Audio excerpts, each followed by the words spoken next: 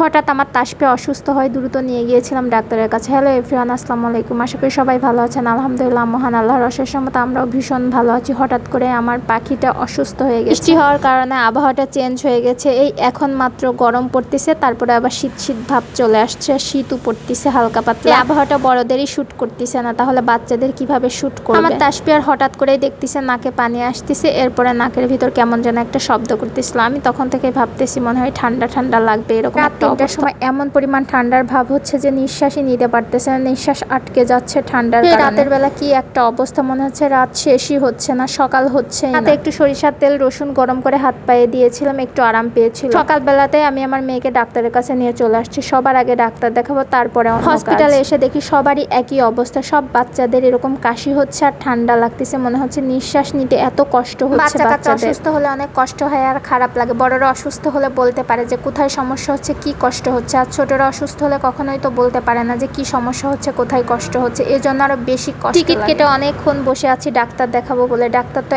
এখনো আসেনি। আর আমার মেয়ে তো হাই ফাই শুরু করে দিয়েছে, খুব অস্থির হয়ে যাচ্ছে, নাকের মধ্যে চুলকাচ্ছে আর কামড় দিচ্ছে। তো এই জন্য খুব খারাপ লাগতেছে, নাক দিয়ে পানিও পড়তেছে। আমার তাসফিয়াকে বাইরে নিয়ে গেলে একটুও কান্নাকাটি করে না, একদম শান্তশিষ্ট মেয়ের মতো ভদ্র হয়ে বসে থাকে। ডাক্তারের জন্য অনেকক্ষণ বসে আছি, কি করব, বারবারে রিসিপশনে যাচ্ছে আর জিজ্ঞেস করতেছি ডাক্তার কখন আসবে, ডাক্তার কখন আসবে। আমরা একটু সকাল সকাল চলে গেছি, কারণ টিকিট যদি আগে আগে না কাটি তাহলে ডাক্তার দেখাইতে অনেক দেরি হয়ে যাবে।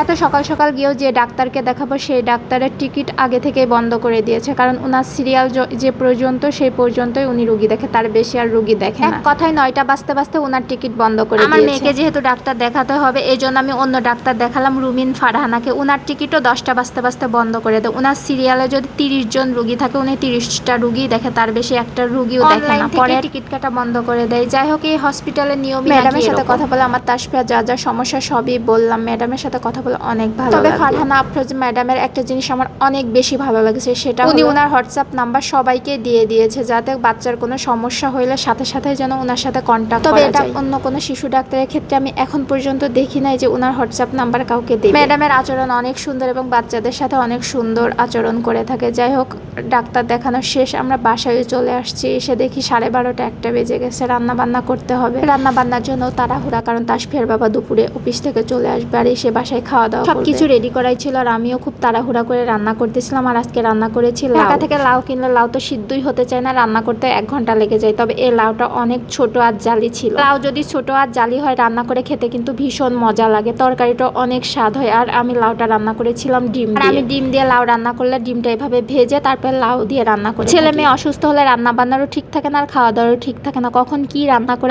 কি জিনিস সেটা মা হওয়ার পরেই বোঝা যায়। যখন আমরা অসুস্থ হতাম তখন মনে হয় আমার মায়েরাও ঠিক এরকম ভাবেই সেবা যত্ন করতো, যে কোনটা করলে মেয়ের জন্য ভালো হবে, কোনটা করলে ছেলের জন্য ভালো, কি করলে তাড়াতাড়ি সুস্থ হয়ে যাবে। বাবা মায়ের ঋণ কখনোই পরিশোধ করার মতো না। মা তার সন্তানকে অনেক যত্ন ভালোবাসা দিয়ে বড় করে। যেমন আমি আমার সন্তানকে আদর ভালোবাসা দিয়ে বড় করতেছি, ঠিক তেমনি প্রতিটা বাবা মাই তার সন্তানকে আদর ভালোবাসা দিয়েই বড় করে। আমরা সেই বাবা মায়ের সাথে সবথেকে বেশি খারাপ আচরণ করে ফেলি। যাই হোক, সব কাজ শেষ, রান্না বান্নাও শেষ, এখন খাওয়া দাওয়া করতে হবে। যেখান থেকে আমার ভিডিওটা দেখছেন সবাইকে অসংখ্য ধন্যবাদ। সবাই ভালো থাকবেন, আল্লাহ হাফেজ, আর আমার পাশে থাকবেন।